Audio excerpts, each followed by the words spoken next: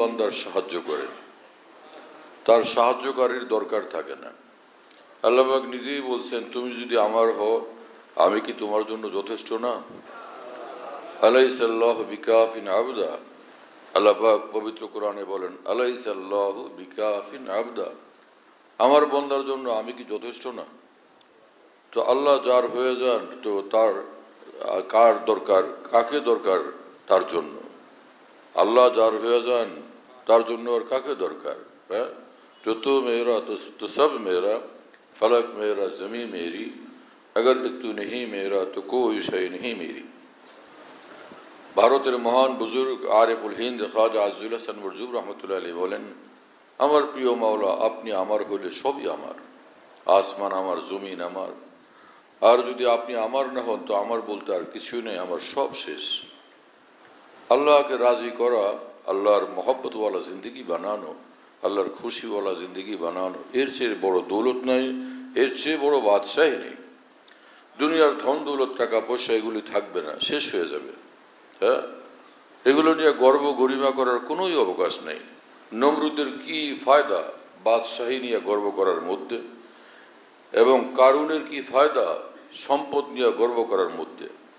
বাদশাহী নিয়ে এবং সম্পদ নিয়ে সব তো ধ্বংস হয়ে গেল, এটা নিয়ে গর্ব করার কোনো বিষয় নেই।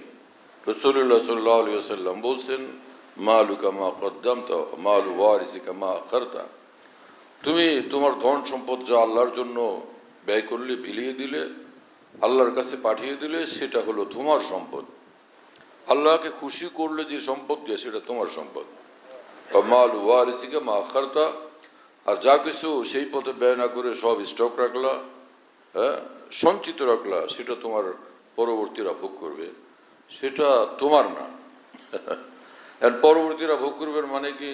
সে কিসে ভোগ করবে তার তো কোনো ঠিকানা নেই। কি সিনেমা হল বানায়, হ্যাঁ, না কোনো নাট্য মঞ্চ বানায়, গান বাদ্য আড্ডাখানা বানায়, মদের মধ্যে ব্যয় করে, সুদের মধ্যে ব্যয় করে, কিছুই তো জানা নেই। কিন্তু তুমি যেটা আল্লাহর জন্য ব্যয় করলে সেটা তোমার। আল্লাহ তাআলা আমাদেরকে বুঝ দান করেন। হ্যাঁ, রাসূল আকরাম সাল্লাল্লাহু আলাইহি ওয়াসাল্লাম এই বিষয়ে বারবার সতর্ক করছেন, বারবার সাবধান করছেন।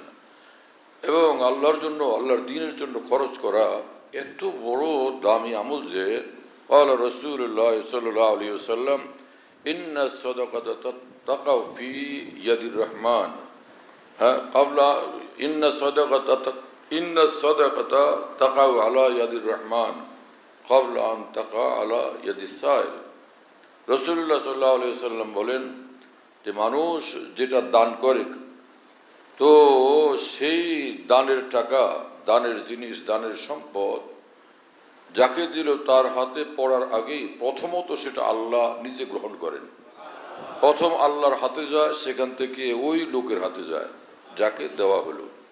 তাকাওয়ার ইয়াদির রহমান, রহমান মানে দয়াময় আল্লাহ, দয়াময় আল্লাহর হাতে যায় সে সদকা, সে দান ওই প্রার্থীর বা ওই জরুরতওয়ালা লোকের হাতে যাওয়ার আগে। এতটা দামি জিনিস। এবং কোরআন শরীফে আল্লাহ পাক জাল্লা জালালুহু ওয়া মানাওয়ালু বলেন, যে সকল বান্দারা জান্নাতি বান্দা হবে তাদের জীবনের একটা গুরুত্বপূর্ণ একদম এক বৈশিষ্ট্যময় চরিত্র হলো তারা কম থাকুক নিজের কাছে, বেশি থাকুক, এবং কষ্টে থাকুক সে অথবা সুখে থাকুক, সর্বহালতে দিনে রাতে মহান আল্লাহর জন্য খরচ করতে থাকে, নিজের মাল থেকে দিতে থাকে। এবং সূরা বাকারা আমরা যখন কোরআন শরীফ পড়ি, প্রথম পৃষ্ঠায় হলো সূরা ফাতিহা, তারপরে সূরা বাকারা শুরু, আলিফ লাম মিম যালিকাল কিতাবু লা রাইবা ফীহি হুদাল লিল মুত্তাকিন।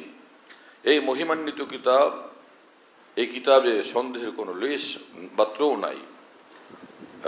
এই কিতাব হলো মুত্তাকি বান্দাদের জন্য হেদায়েতের কিতাব, মুত্তাকি বান্দাদের জন্য গাইড বুক। এই কিতাব হলো মুত্তাকি বান্দাদের পথ নির্দেশিকা। মুত্তাকি যারা হইতে চায়, আল্লাহওয়ালা হইতে চায়, জান্নাতি হইতে চায়, নূরওয়ালা হইতে চায়, আল্লাহর নৈকট্য প্রাপ্ত হইতে চায়, আল্লাহ পাক জাল্লা জালালুহু ওয়া মানাওয়ালু এই পবিত্র কিতাবের মধ্যে তাদের জন্য দিক নির্দেশনা সবকিছু বর্ণনা করে দিয়েছেন, সব রকমের বিস্তারিত দিক নির্দেশনা বয়ান করে দিয়েছেন। আল্লাহ পাক কোরআন শরীফে বলছেন এই কিতাব হলো রহমত, হেদায়েত এবং শিফা। রহমত তো রহমত, হেদায়েত তো হেদায়েত, যে বান্দাকে আল্লাহর পথ দেখাবে কিতাব, এবং শিফাউন লিমা ফিস সুদূর, এবং মানুষের অন্তরাত্মার চিকিৎসা, অন্তরাত্মার শিফা, অন্তরাত্মার আরোগ্য লাভ হয় এই কিতাবের নূরের দ্বারা। এই বলছেন কোরআনে কারিমে মহান রব্বুল আলামিন। হ্যাঁ, তো হুদালিল মুত্তাকিন এরপরেই বলছেন যে এই মুত্তাকিন কারা? আল্লাযিনা ইউমিনুনা বিল গায়ব, যারা গায়েবকে বিশ্বাস করে। আরেক অর্থ হলো যারা আল্লাহকে না দেখে বিশ্বাস করে। ইউমিনুনা বিল গায়ব, হ্যাঁ, আল্লাহকে না দেখে তারা বিশ্বাস করে। ওয়া ইউকিমুনাস সালাহ, এবং অত্যন্ত সুন্দরভাবে নামাজ আদায় করে। ওমিম্মা রাযাকনাহুম ইউনফিকুন, এবং আমি তাদেরকে যা কিছু দেই এর থেকে আমি যা তাদেরকে দান করি সেখান থেকে ওরা কিছু ব্যয় করে আমার জন্য। এই দেখেন, মুত্তাকিন যারা জান্নাতি বান্দা, তারা সেই মুত্তাকিন বান্দাদের পরিচয় দিতে গিয়ে মহান রব্বুল আলামিন তিনটা বিষয় প্রথমে উল্লেখ করলেন। এরপরে আছে আরো কিছু কথা সংক্ষিপ্ত। প্রথম তিন বিষয় হলো সে গায়েবের উপর ঈমান রাখে, আল্লাহকে দেখে না, তারপর আল্লাহকে বিশ্বাস করে। সুবহানাল্লাহ। মুসলমানের এই চরিত্র, যে আসমান দেখে, জমিন দেখে, চাঁদ সূরজ দেখে, এগুলো দেখলেই মনে করে নিশ্চয়ই এর কোনো মহান স্রষ্টা আছেন, তিনি আমার আল্লাহ, তার কোনো শরীক নেই। এই যে ইসলামের বিষয়টা ভীষণ গুরুত্বপূর্ণ। তাওহীদ যাকে বলে, তাওহীদ এক আল্লাহর প্রতি বিশ্বাস, এটা হলো তাওহীদ। এক আল্লাহর প্রতি বিশ্বাস, এক আল্লাহর গুণাবলীর প্রতি বিশ্বাস। আল্লাহ এক মহান সত্তা, তার সত্তার কোনো শরীক নেই, আর কোনো আল্লাহ নেই। এবং মহান আল্লাহর যে গুণাবলী, আল্লাহ পাক জীবনদাতা, আল্লাহ পাক মৃত্যুদাতা, আল্লাহ পাক হায়াত দাতা, হ্যাঁ, এবং আল্লাহ পাক জাল্লা জালালু আম্মানা ওয়াল রিজিক দাতা, এইসব গুণাবলী আর কারো মধ্যে নেই। আকাশ বাতাস জমিন সবকিছু এক মহান আল্লাহর। আসমান জমিনের সবকিছুতে কর্তৃত্ব, রাজত্ব, ক্ষমতা শুধুই মহান আল্লাহর, আর কারোই না। এই কথা বিশ্বাস করতে হবে। আল্লাহ যাকে চান বাদশা বানান, যাকে চান বাদশাহী থেকে হটায়া দেন। আল্লাহ যাকে চান ক্ষমতা দেন, যাকে চান ক্ষমতা থেকে বের করে দেন। হ্যাঁ, আল্লাহ পাক যাকে চান ইজ্জত দেন, যাকে চান আল্লাহ পাক তাকে লাঞ্ছিত বেইজ্জত করে দেন। আল্লাহ পাকের হাতে সবকিছু, ইজ্জত আল্লাহ পাকের হাতে। এই যে গুণাবলী, এটা শুধু মহান আল্লাহর, এটা বিশ্বাস করা। এক আল্লাহর উপর এইভাবে বিশ্বাস করতে হবে। এই তাওহীদ হলো ইসলামের মূল বিষয়। একজন মুসলমানের জিন্দিগির, ইসলামী জিন্দিগির প্রধান বিষয়, একদম সবচেয়ে বেশি বুনিয়াদী বিষয়। আদম আলাইহিস সালাম থেকে নিয়ে যে লক্ষ লক্ষ নবী রাসূলরা পৃথিবীতে আসছেন, তাদের সকলেরই মূল দাওয়াত ছিল, মূল কাজ ছিল তাওহীদের প্রতি আহ্বান করা, লোকদেরকে এক আল্লাহর দিকে ডাকা, এক আল্লাহর প্রতি বিশ্বাস স্থাপনের কথা বলতে থাকা। এটা হলো তাওহীদ। এখন লোকেরা ইসলামের দাওয়াত দেওয়ার ঝগড়া করে, এটা নিয়েও, ইসলামের দাওয়াত নিয়েও মারামারি করে, ওয়াজ নিয়েও মারামারি করে। আহা, কি হলো আজকে মুসলমানদের! এমন সুন্দর আমল যেটা নবী রাসূলদের, সেটা আমাদের উপর আজকে জিম্মাদারি, যে আমরা ঈমান আনবো, আমরা হালাল খাবো, আমরা বন্দেগী পালন করব, আমরা আল্লাহর দিকে ডাকবো। কত সুন্দর সুন্দর কাজ! এগুলো এক এক আমল এমন যে মানুষকে বাদশাহীর ঊর্ধ্বে উঠায়। অথচ সেই জিনিসগুলো নিয়ে পর্যন্ত মুসলমানরা আজকে ঝগড়া ফাসাদে লিপ্ত। মুসলমানরা দ্বীন ঈমান বুঝার ক্ষেত্রে, দ্বীনের এলেমের ক্ষেত্রে এবং দ্বীনি জিন্দেগির বানানোর প্রকৃত চিন্তা ফিকির থেকে এত বেশি দূরে সরে গেছে। আল্লাহ তাআলা আমাদের সংশোধন করে দেন, আমাদের ক্ষতিগুলো থেকে বের হয়ে আসার জন্য আল্লাহ আমাদেরকে তৌফিক দান করেন। যত দোয়া আছে না, যত জিকির, যত দোয়া, যত মোনাজাত, সবটার মধ্যে তাওহীদের কথা। সবটার মধ্যে তাওহীদের কথা। এটা বড় মজার জিনিস।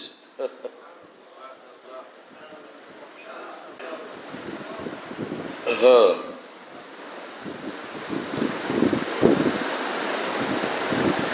যে হাজি হজ করতে যাবে, যে নিয়ত করে, আল্লাহ আপনার জন্য, আমি আপনার ঘরে যাওয়ার জন্য আমি নিয়ত করলাম, হ্যাঁ না, হজ করব, উমরা করব, আমি নিয়ত করলাম আল্লাহ আপনার জন্য।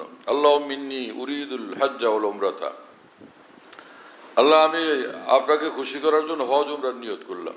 আল্লাহ মিন্নি উরিদুল উমরাতা, আল্লাহ আপনাকে খুশি করার জন্য আমি উমরার নিয়ত করলাম। এই আল্লাহ আপনাকে খুশি করার জন্য আমি রোজার নিয়ত করলাম। সারাদিনের রোজার মূলে হলো সারাদিনের রোজার কষ্ট, হ্যাঁ না, 10, 9, 10, 11, 12 ঘন্টা, এটার মূলে হলো এক আল্লাহর প্রতি বিশ্বাস এবং ভালোবাসা। প্রতিটি মুহূর্তে সে তাওহীদ নিয়ে আগে বাড়তেছে, তাওহীদের নূর নিয়ে আগে বাড়তেছে। বড় আশ্চর্য, আল্লাহু আকবার, তাই না? এবং সে এক মুসলমান যখন উজু করে তো তার অন্তরের বিশ্বাস এবং অন্তরের ভালোবাসা এবং তার অন্তরের প্রস্তুতি যে আমি আল্লাহর সামনে দাঁড়াবো। এক আল্লাহ কেন্দ্রিক, মানে পুরো মুসলমানের সমগ্র জীবনটা তাওহীদ কেন্দ্রিক জীবন। হ্যাঁ, এক তাওহীদ কেন্দ্রিক উঠা বসা, তাওহীদ কেন্দ্রিক দেখা, তাওহীদ কেন্দ্রিক ইবাদত বন্দেগী। এত সুন্দর বিশ্বাস, এত সুন্দর চেতনা, এত সুন্দর মনন পৃথিবীতে আর কোথায়, আর কার মধ্যে আছে? মুসলমানদেরকে আল্লাহ পাক যে দৌলত দান করে দিয়েছেন, আল্লাহ তাআলা আমাদেরকে সেই জিনিস ধরে রাখার তৌফিক দান করেন। তো কাজে আমাদের এই যে দিন রাত 24 ঘন্টা নিয়ে আল্লাহকে ব্যস্ত থাকা। যারা পৃথিবীতে বসবাস করে সবচেয়ে বড়, একদম সবচেয়ে বড় দায়িত্ব যার, যে দায়িত্বের ঊর্ধ্বে কোনো দায়িত্ব নাই, এত উচ্চ সম্মানে পৌঁছার জন্য, সর্বোচ্চ সম্মানে আসীন হওয়ার জন্য যেটা কাজ, সেটা হলো রাষ্ট্রপ্রধান হয়ে যাওয়া অথবা কোনো রাষ্ট্রের সরকার প্রধান হয়ে যাওয়া, অর্থাৎ কোনো রাষ্ট্রের কোনো দেশের সবচেয়ে বড় ক্ষমতাধর হয়ে যাওয়া। এর থেকে বড় সম্মান কি? আর না হলে সারা বিশ্বের সবগুলো রাষ্ট্রের যেটা সংঘ, সেই সংঘের একদম প্রধান হয়ে যাওয়া। কি কথা বোঝেন নেই? যেটাকে জাতিসংঘ বলে না? তো এইরকম সমগ্র দেশের বাদশা হয়ে যাওয়া, অথবা একদম সমগ্র পৃথিবীর সবগুলো দেশের সঙ্গের বাদশা হয়ে যাওয়া, আল্লাহর কসম এর থেকে কোটি কোটি গুণ বড় এক সেজদার মর্তবা। একজন মুসলমানের সঙ্গে কে মোকাবেলা করবে? মোকাবেলা করার মতো কোনো সুযোগ নেই, কোনোই অবকাশ নেই। মুসলমান যখন লা ইলাহা ইল্লাল্লাহ পড়ে, একবার সে আল্লাহর সন্তুষ্টির জন্য পড়ে লা ইলাহা ইল্লাল্লাহ, সে যে রকেটের চেয়েও তীব্র গতিতে মহান আল্লাহর দিকে, আরশের দিকে উঠতে থাকে। লা ইলাহা ইল্লাল্লাহর মধ্যে এত শক্তি, লক্ষ কোটি রকেটের মধ্যে এতটা শক্তি নেই। এতটা শক্তি এক লা ইলাহা ইল্লাল্লাহর মধ্যে। এই তো মুসলমান। এক মুসলমান কত বড় মর্যাদাওয়ালা, কত উচ্চ আসনওয়ালা, কত বেশি সুন্দর তার চরিত্র, তার চরিত্রের মহিমা কত ঊর্ধ্বে, যে সে আল্লাহর প্রতি বিশ্বাস ভিত্তিক জীবন যাপন করে। তার দৃষ্টিতে শুধুই মহান আল্লাহ, শুধুই মহান আল্লাহ, শুধুই মহান আল্লাহ। जिधर देखता हूं उधर तू ही तू है। আমি যেদিকে তাকাই আমার দৃষ্টিতে শুধুই মহান আল্লাহ, এবং हर चीज में अक्सर के ज़ेबा नजर आया, आलम मुझे बस जलवा ही जलवा नजर आया। ভারতের এক মহান বুজুর্গ বলছিলেন যে আমি পৃথিবীর প্রতিটি বস্তুর মধ্যে মহান আল্লাহকে দেখতে পাই। প্রতিটি বস্তু মহান আল্লাহকে দেখার আয়না। সামনে তো বসতে চলো এদিকে জায়গা এখানে বসে। हाँ, हर चीज में अक्सर होके ज़ेबा नजर आया, आलम मुझे बस जलवा ही जलवा नजर आया। এক নমরুদ যখন গাছ দেখে, লতা দেখে, পাতা দেখে, পাহাড় দেখে, পর্বত দেখে, সাগর দেখে, এবং উত্তাল ঢেউ দেখে, এবং আকাশ দেখে, চন্দ্র সূর্য দেখে, দেখে একটা ধড় দেখে, দেখা দেখেই পর্যন্তই শেষ। আর কি ঈমান বলা যখন চন্দ্র এবং সূর্য দেখে, মহান আল্লাহর নূর দেখে, মহান আল্লাহর নূর দেখে, আল্লাহ পাকের অস্তিত্বের আলো দেখে, এবং মহান আল্লাহ এক আল্লাহর অস্তিত্বের প্রমাণ দেখেছে চাঁদ সূর্যের মধ্যে, তাই না? এবং গ্রহ তারার মধ্যে, এই সুনীল আকাশের মধ্যে, পৃথিবীটার মধ্যে, এই পাহাড় পর্বতের মধ্যে, ঢেউ তরঙ্গের মধ্যে সে উপলব্ধি করে এই দরিয়ার ঢেউ এটা মহান আল্লাহর শক্তিতে চালিত। অদৃশ্য থেকে কেউ এটাকে চালনা করতেছে, আর কেউ না, কারো হাতে না এই ক্ষমতা। কে এটা দাবি করতে পারে আসমান আমি সৃষ্টি করলাম, এই পৃথিবীটা আমি সৃষ্টি করলাম, এবং এই চাঁদ সূরজ আমার সৃষ্টি, আমার নির্দেশে উঠে চলে, আমার নির্দেশে উদয় হয় অস্ত যায়? কারো বলার ক্ষমতা আছে, শক্তি আছে? কেউ নেই। ফিরআউন বলছিল যে আলাইসাত হাযিল আনহারু তাজরি মিন তাহতি, এই যে কোরআন শরীফে আছে, আল্লাহ পাক বলেন যে এই যে মিশরের এই দরিয়াগুলো এটা আমার নির্দেশে আমার নিচে এইভাবে প্রবাহিত হচ্ছে না? মূর্খের মতো একটা বক্তৃতা দিয়ে গেছিল। আল্লাহ পাক জাল্লা জালালু আমানু বললেন যে আচ্ছা তোমার নির্দেশে এই মিশরের দরিয়াগুলো চলে, দরিয়ার ভিতরে আল্লাহ ডুবে শেষ করে দিচ্ছেন। হ্যাঁ না? এই জন্য দম্ভ এবং গরিমার একটা সীমারেখা আছে, এটা অতিক্রম করতে নাই, তা আল্লাহ তাআলা সহ্য করেন না। রাসূলুল্লাহ সাল্লাল্লাহু আলাইহি ওয়াসাল্লাম বলেন, আল্লাহ পাক বলছেন আল কিবরিয়া রিদাই ওয়াল আযামাতু ইজারি, ওয়াল আযমাতু বললে ভুল হবে।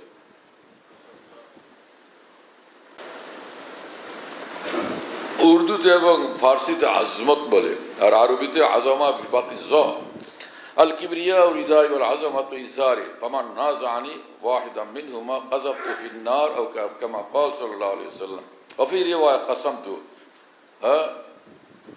রাসূলুল্লাহ সাল্লাল্লাহু আলাইহি ওয়াসাল্লাম বলেন যে আল্লাহ পাক বলেন যে মহত্ব বড়তে আমার ভূষণ, আমার চাদর, এটা নিয়ে যে টানাটানি করবে তো ওকে আমি জাহান্নামে নিক্ষেপ করব।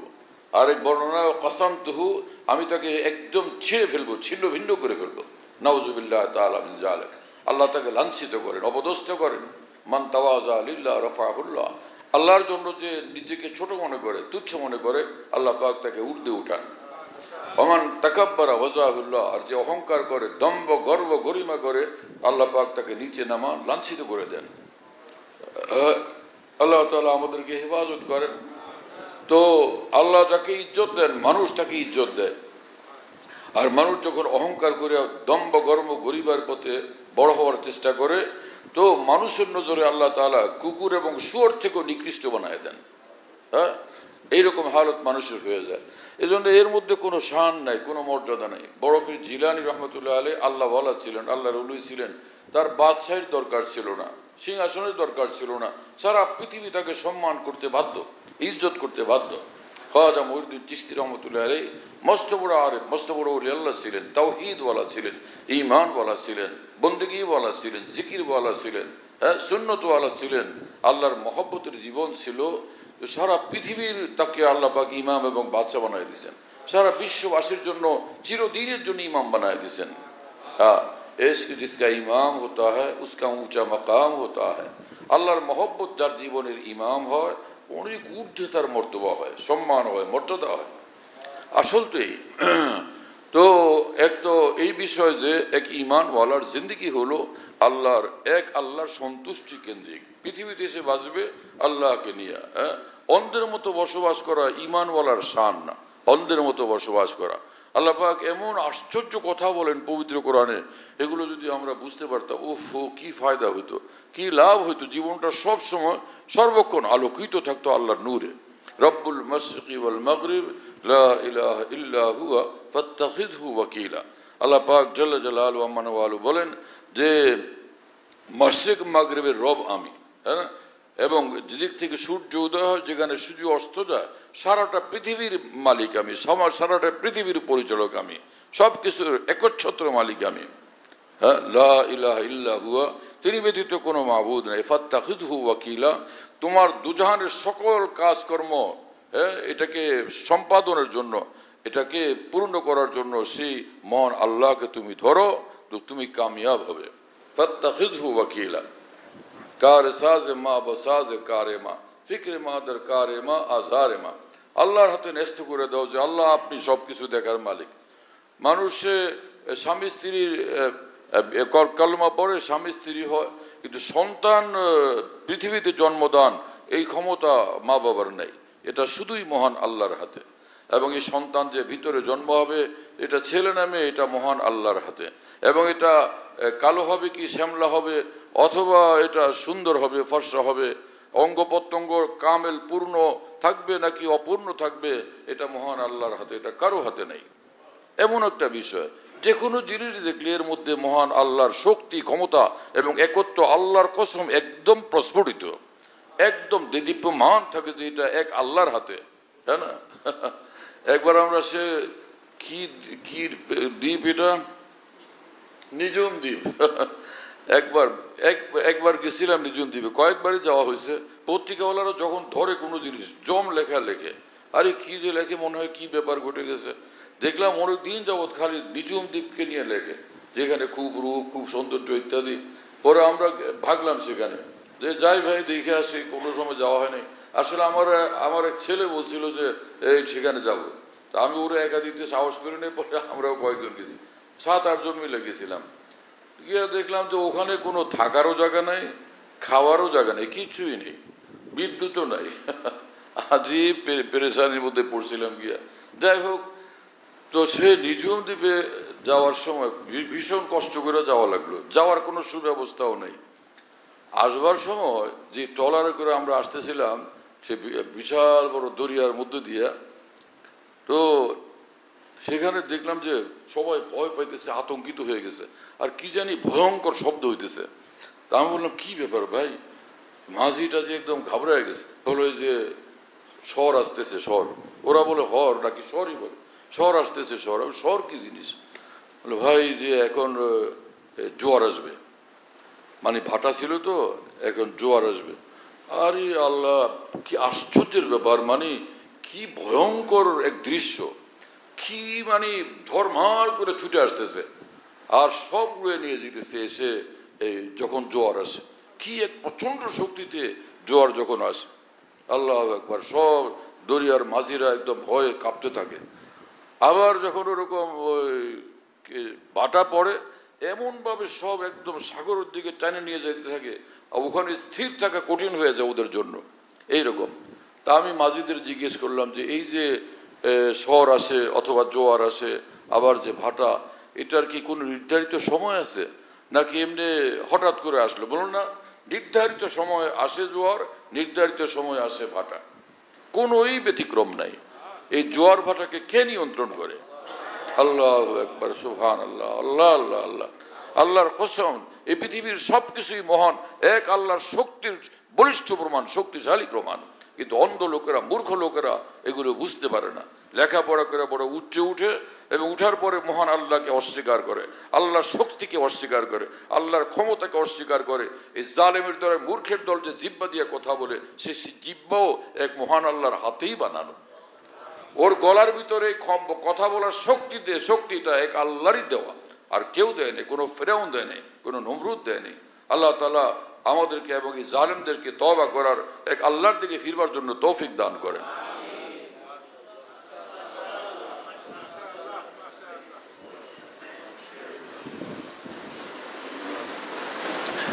যারা মহান আল্লাহর ঈমানের আলোওয়ালা মানুষ, এক তাওহীদের ঈমানওয়ালা মানুষ, যারা এক আল্লাহর প্রতি বিশ্বাসী মানুষ, যারা মহান আল্লাহ পবিত্র কোরআনে তাদেরকে বলছেন উলুল আলবাব, তারা জ্ঞানী মানুষ।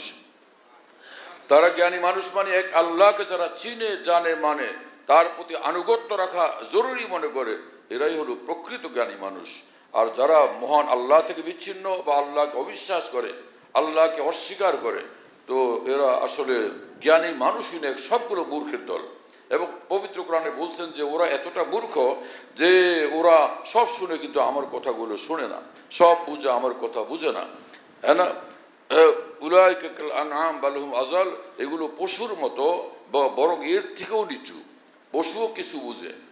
একটা কুকুরকে কয়েকদিন পাললে, আদর করলে, রুটি টুটি দিলে, ও কিন্তু এখন বুঝে যে আমার মনিব, এখন তাকে সম্মান করে, শ্রদ্ধা করে এবং তার কাছে যায় যে এখানে আসলে কিছু পাওয়া যায়। কুকুরও তার মধ্যে একটা এই যোগ্যতা আছে, কিন্তু আল্লাহকে অস্বীকারীদের মতো মধ্যে একটা কুকুরের সমান যোগ্যতাও নেই। আল্লাহ পাক বলেন তোরা সব পশুদের নিচে। তো এই জন্য ইমানওয়ালা কত শানওয়ালা, কত মর্যাদাওয়ালা। কিন্তু আশ্চর্য হল ইমানওয়ালারা খ্রিস্টানদের অনুসরণ করে, ইহুদিদের অনুসরণ করে, জীবন ধারা তাদের মতো গড়ে, জীবনটাকে তাদের মতো গড়ে, তাদের পোশাক, তাদের চরিত্র, তাদের চেহারা, তাদের আচার আচরণ, তাদের পোশাক খ্রিস্টানদের এবং ইহুদিদের এবং কাফেরদের, আল্লাহর দুশ্মনদের জীবন আচার এবং তাদের জীবন পদ্ধতি, সেটাকে ঈমানওয়ালারা গ্রহণ করে নিছে। রাস্তাঘাটে ঘুরলে তামাম দুনিয়া মুসলমানদের মতো, মুসলমানকে চিনে নেওয়া মুশকিল হয়ে গেছে। পৃথিবীটাকে মুসলমানরা বর্তমানে খ্রিস্টানদের গোলামির মাধ্যমে এমনভাবে তৈরি করে ফেলছে। আমাদের ভোলাতে এক লোক রিক্সা দিয়ে যেতেছিল, আর একটা তরুণ ছেলে রাস্তা, ছোট ছেলে রাস্তা দিয়ে যেতেছে। ওই লোক ভীষণ জোরে ধমক দিয়ে বললো, গাড়ি রিক্সা থামায়া, এই ছেলে সালাম দিল না কেন? হ্যাঁ স্যার আমাকে মাফ করবেন, আমি আপনাকে, যে আপনি যে একজন মুসলমান আমি বুঝতে পারিনি। ছোট ভুল আবার, কারণ আমি আপনি মুসলমান আমি বুঝতে পারিনি, আমি মনে করছিলাম কি স্যার আপনি একজন হিন্দু। পোলাবান মানুষ। তো ওই লোক চুপ হয়ে গেছে। সমস্যা তো তাই যে আমাদের সকলকে তো সমান সমান দেখা যায়। তো ওই জন্য ওই লোক আর রাগ করেও পরে থেমে গেছে। এই এত ছোট পোলাবা বাচ্চা, ওরে আর আমি কি বলবো, ও তো মনের কথা বলেই দিছে। হ্যাঁ, আমার শায়েখ রহমতুল্লাহ এক ঘটনা বয়ান করছিলেন ভারতের, যে এক লোক সে এক বুজুর্গ মানুষকে, আলেম মানুষ, বুজুর্গ মানুষকে বাসায় নিয়ে গেছে, হুজুর আমার বাড়ির সামনে দিয়ে যান, একটু ঘরটা পাড়ায় যান, আমার ঘরে বরকত হবে। এক মুসলমান আবদার করছে, চলো যাই। ঘরে গেলে ছোট্ট বাবু ছিল, সে 2 বছর হবে, 2.5 বছর হবে, সে এত জোরে চিৎকার দিছে যে একদম আর মানে থামেই না, বিকট চিৎকার। তখন বলে, হুজুর এই যে এখন বুঝলেন ব্যাপারটা, এই যে আপনার দাড়ি দেখছে ওই জন্য ভয় পাইছে। আপনার দাড়ি দেখার কারণে ভয় পেয়েছে। না আপনি তো মূল ব্যাপার বুঝেন না, এই বুঝ আপনার নাই। বলে সেটা কি? বলে ও দেখতেছে যে আমার মা আর বাবা দুইজন তো সমান। ও মনে করছে এতদিন আমার 2 মা, আর মাকে দেখলে বাচ্চারা খুশি হয় এবং ভয় পায় না, কিন্তু আজকে যখন আমাকে দাড়ি সহ দেখছে মনে করছে বাবা আসছে, তাই দিছে চিৎকার।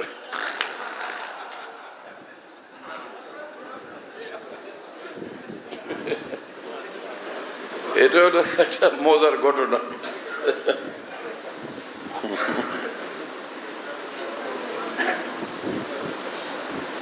দুনিয়াতে দাঁড়িয়ে আসে না, এটা তো কোনো ঝামেল বিষয় না, কিন্তু কবরস্থানে যাওয়ার পরেই সমস্যা। কবরস্থানে হাজির হওয়ার সাথে সাথেই সমস্যা। কোন রূপ, কোন স্মৃতি, কোন জীবন, কোন ইতিহাস নিয়ে তুমি এখানে আসছো? হ্যাঁ, যে শিখরা আছে না, ভারতের শিখ, এই শিখ ধর্মের লোকদের যে বৈশিষ্ট্য বলি, তার মধ্যে একটা হলো তার মাথার চুল বড় বড়, আরটা হলো তার মাথায় থাকবে পাগড়ি অবশ্যই, আর তার দাড়ি বিশাল বড়, কোনো দাড়ি কমা নাই, চলতে থাকে দাড়ি যত লম্বা হোক। আর এটা হলো মোজ বিশাল বড়, মোজ বড়, দাড়ি বড় বড়, মাথায় পাগড়ি, আর হাতে এখানে চুরির মতো কি জানি পরে, এগুলো থাকবেই। এক শিখ আমেরিকা ইন্টারভিউ দিচ্ছে সেনাবাহিনীতে ভর্তির জন্য। ওখানে খুব ভালো সে নাম্বার পাইছে সব বিষয়ে, খুব তার ইন্টারভিউতে সফল কাম ছিল। কিন্তু সেখানে যিনি ইন্টারভিউ গ্রহণকারী তিনি বললেন যে তারপরও আপনার চাকরি হবে না, যে এই জন্য যে আপনার মুখে দাঁড়িয়ে আছে। এই বললো ঠিক আছে, আমি চাকরি বিসর্জন দিতে প্রস্তুত, কিন্তু আমাদের যে গুরু নানক তার শেখানো দাড়ি বিসর্জন দিতে অপ্রস্তুত, কোনোভাবে আমি সেটা করব না। ও বাইরে চলে গেছে, বাইরের রুমে গিয়া দেখে যে এখানে বিশাল বড় এক ছবি, অনেক বড় ছবি, ফুল টুল দিয়া লাগা, ওখানে ফুল দেওয়া আছে, এটার মধ্যে ফুলের মালা। তো এই ছবি কার, ওখানে জিজ্ঞেস করলো, বললো যে শিখদের যে ধর্মগুরু গুরু নানক তার ছবি, সে বিশাল বড় বড় দাড়ি। তো ওই ভিতরে গেছে সে, আবার স্যার আমি একটা কথা বলবো। বললো আসো বলো। স্যার এই যে বাইরে দেখলাম যে যে শিখদের যে গুরু নানক, যে তার ছবি ওখানে লটকানো আছে, বিশাল বড় বড় দাড়ি। তো ওখানে আবার যীশু খ্রিস্টকে দেখলাম, তার বিশাল বড় বড় দাড়ি, ঈসা আলাইহিস সালাম। তো যীশু খ্রিস্ট উনি তো আপনাদের ধর্মগুরু, আপনাদের ধর্মের প্রফেট, তো এতগুলো দাঁড়িয়ে নিয়ে তিনি সম্মানিত, এইভাবে সম্মানের সঙ্গে তাকে ফুলের মালা দিয়ে রাখছেন। আর সে অন্তত আমার ধর্ম না হোক, আপনার ধর্মের যিনি, তারই মতো দাঁড়িয়ে আমার মুখে আছে, তো আপনি সে দাড়ির কারণে আমাকে চাকরি দিবেন না, বিষয়টাকে আমি জানতে চাই। বলে তুমি দাঁড়াও। পরে কলম টলম ঘুরে দিয়ে পরে বললো ওকে তোমার চাকরি হয়ে গেছে। মানে ওই লোক দেখলো যে এর লোকে ঝগড়া করার কোনো রাস্তা নেই, তো থেমে গেছে। একজন শিখ তার দাড়ি বিসর্জন দিতে, সে চাকরি বিসর্জন দিতে প্রস্তুত ছিল, কিন্তু দাড়ি বিসর্জন দিতে প্রস্তুত না। অথচ জান্নাত যাদের জন্য বানায় রাখছেন আল্লাহ তাআলা, সে ঈমানওয়ালারা সেই দাড়ি রাখার জন্য হিম্মত করতে পারে না। আল্লাহ পাক আমাদেরকে বুঝলেন, তৌফিক দান করেন। এর অর্থ এই না যে দাড়ি রাখলেই সে সর্বোচ্চ মুসলমান, কিন্তু দাড়ি রাখাও ইসলামের গুরুত্বপূর্ণ বিষয়, এটা তো মনে করতে হবে। দুনিয়ার কাফের মুশরিকরা কি করে, আরেক মুসলমানরা আরেকটা মারাত্মক বিপদে পড়ে, গুমরাহির দিকে ছুটে আরেকটা ঘটনার কারণে, সেটাকে তারা ইসলামের বুনিয়াদ মনে করে। সেটা হলো আরবের লোক। হ্যাঁ, আরবে ইসলাম আসছে, আরবে নবীরা আসছেন, আরবে কোরআন নাজিল হলো, আরব দেশ জুড়ে বেসুমার মানুষ, শত লোকের মধ্যে হয়তোবা 1 জন 2 জন 3 জন পাওয়া মুশকিল হবে যার সঠিক দাড়ি আছে সুন্নত মোতাবেক, অথবা এতজনও নাই, দাড়ি হয় নাই, অথবা থাকলে একদমই ছোট ছোট গুড়ি গুড়ি, হ্যাঁ না, আর কোর্তা সব লম্বা পায়ের তলে পড়ে, কোর্তা পায়ের তলে ফেলে পড়া 4 মজাবে হারাম, হানাফি শাফি মালিকি হাম্বলি 4 মজাবে কঠিন হারাম কাজ। আরবের লোকে করে, মানে করে সেই কাজ, সেজন্য সেটা ইসলাম হয়ে যাবে। হ্যাঁ, আরবের লোকে দাড়ি চাষলে সেই দাড়ি রাখা ইসলাম হয়ে যাবে, এ একটা ভুল ধারণা। এবং হজ করতে যায়, উমরা করতে যায় মানুষ আরবে, মক্কা শরীফ, মদিনা শরীফ, সেখানে সারা পৃথিবী থেকে মানুষ আসে। ওখানে এই না যে মক্কা শরীফ, মদিনা শরীফ আরবের মানুষরা বসে থাকে, খুঁজলে দেখা যাবে অধিকাংশ লোক সেখানে বাইরের দেশের, অধিকাংশ লোক সব বাইরের দেশের। এতগুলো দাড়িবিহীন লোক দেখা, নানা নষ্টামিতে লিপ্ত লোক দেখা, সবগুলো বাইরের লোক। আর বললাম যে একদম অরিজিনাল যে আতর উদ আবিয়াস, এটা দেন তো। মক্কা শরীফে, কাবা শরীফের একদম পাশে, এই জমজম টাওয়ারের নিচে। তো এক লোক সে অরিজিনাল একদম উদ আতর আমাকে দিল, দামি আতর, যেটা অনেক ভালো খুশবু। আমি দেখলাম যে আর এটা তো একদমই ঝামেলা, পুরা ভেজাল। বলো এটা 200 রিয়াল এক শিশি, 200 রিয়াল। আমি ভালো, এটা তো আমি তো 40 রিয়াল দিলেও নিব না, বা 40 রিয়ালই দেন। আমি বলি না ভাই, আমি এটা নিব না। কারণ নিবেন না কেন, তো অরিজিনাল, আপনি চিনেন না, আমি চিনি, আমি তো আতরের দোকানদার। আমি বলি ঠিক, আপনি বিক্রি করেন, বাড়ি কোথায়? কয় ইন্ডিয়া। ওই লোক বললো বাড়ি হলো ইন্ডিয়া। আরবের লোকগুলো চালাক ছিল না, এইখানের সেলসম্যানরা গিয়ে ওদেরকে একদম ভয়ঙ্কর চালাক বানায় ফেলছে। হ্যাঁ, আরবকে কেউ দৃষ্টান্ত হিসাবে কখনো পেশ করবেন না। সব হানাফি, সাহাফি, মালিকি, হাম্বলি 4 মাযহাবে তারাবির নামাজ 20 রাকাত। এখন আরব দুনিয়াতে শুনলাম সেই মক্কা শরীফে, মদিনা শরীফে এই বছর তারা শুরু করছে 8 টাকা 10 টাকাত করে তারাবির নামাজ। এটা কোনো ইসলামের পদ্ধতি? এইটা হলো তাদের সম্পূর্ণ বাড়াবাড়ি, সম্পূর্ণ সীমা অতিক্রম করা। তাদেরকে কেউই ক্ষমতা দেয়নি, আল্লাহ রাসূল ক্ষমতা দেন নাই। তারা 20 রাকাতকে 10 রাকাত বানাবেন, এশার নামাজ 4 রাকাতকে 2 রাকাত বানাবেন, কোনো অধিকার না তাদের সেগুলো করার জন্য। কিন্তু এই বাড়াবাড়িগুলো তারা করে বেড়াইতেছে। আগে করোনার সময় তারা ডিস্টার্ব করছে অনেক, আর এখন কোনো করোনা টুরোনা নাই। এখন তারা 10 রাকাত কেন বানাইলো? আল্লাহর কাছে তাদের জবাবদিহি করতে হবে। আল্লাহ তাআলা আমাদেরকে হেফাজত করেন। দুনিয়ার কোনো এই সকল প্রমাণ টমান কেউ পেশ করবেন না যে অমুক দেশ, অমুক আরব দেশ, মক্কার দেশ, মদিনার দেশ। মক্কার দেশ, মদিনার দেশ দলিল না, দলিল কোরআন এবং হাদিস। দলিল আল্লাহর কোরআন, মুহাম্মদুর রাসূলুল্লাহ সাল্লাল্লাহু আলাইহি ওয়াসাল্লামের শিক্ষা, দীক্ষা এবং জীবন আদর্শ। এর বাইরে কোনো দলিল নাই। আর এই দলিলগুলো বুঝাই দেওয়ার যোগ্য মানুষ পৃথিবীতে ওলামায়ে দ্বীন, আলেম ওলামাগণ, যোগ্য আলেম ওলামাগণ। খালি ছোটখাটো এক মৌলভী সাহেব তাকে মনে করবে যে মহান ইমাম, পৃথিবীর সর্বশ্রেষ্ঠ শিক্ষক, এটা ভুল। পৃথিবীর সর্বশ্রেষ্ঠ শিক্ষক যারা ছিলেন আইম্মায়ে দ্বীন, সেই মুহাদ্দিসিন, ওলামায়ে দ্বীন, ফুকাহায়ে উম্মত, তাদের অনুসারী যারা, সেই ওলামারা সত্যিকার যোগ্য ওলামা। আর তাদেরকে যারা জীবনের সর্বক্ষেত্রে, ইসলামী জীবনের সর্বক্ষেত্রে গ্রহণ করে না, মানে না, ওই সকল ওলামা যোগ্য ওলামা না, অযোগ্য ওলামা। তাদেরকে মানা উচিত না। সব অযোগ্য ওলামাদের উচিত পৃথিবীর শ্রেষ্ঠ যোগ্য ওলামাদেরকে মানা। আমরা তখনই, আমাদের আলেম সমাজ তখনই সঠিক পথে আসেন যখন পূর্বসূরি আকাবের দিনের পথের উপর তারা অধিষ্ঠিত, প্রতিষ্ঠিত, অটল, অবিচল। আর না হলে সে আলেম ও গুমরা, সে ভুল পথে আছে, সে আলেম সহি পথে নাই। তার এলেম আছে কিন্তু এলেমের মধ্যে নূর নাই, আলো নাই।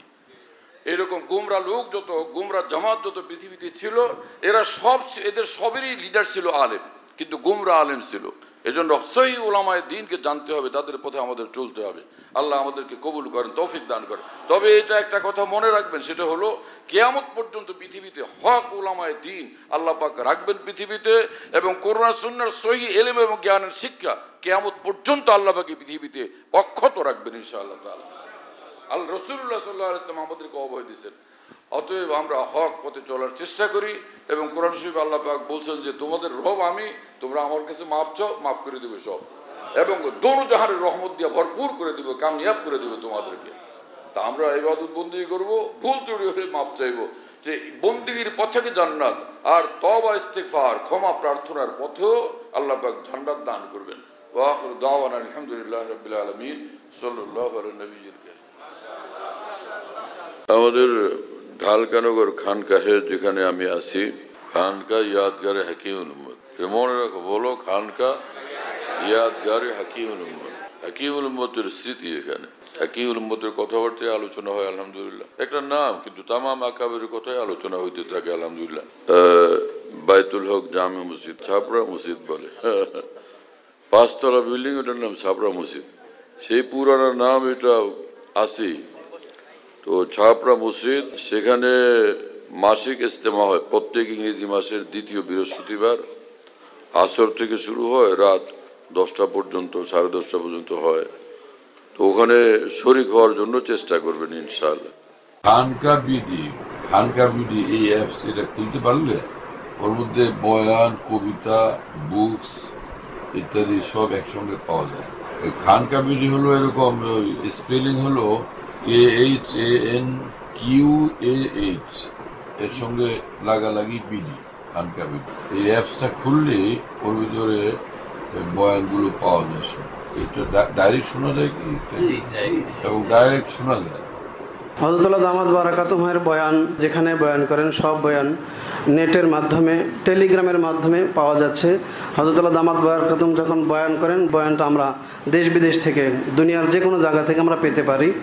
এই জন্য মুফতি শহীদুল ইসলাম শাহ হুজুরের নম্বরে যোগাযোগ করবেন 01715 80 18 69 80 18 69 01715 80 18 69। যাতে মনে থাকবে ইনশাআল্লাহ সবার।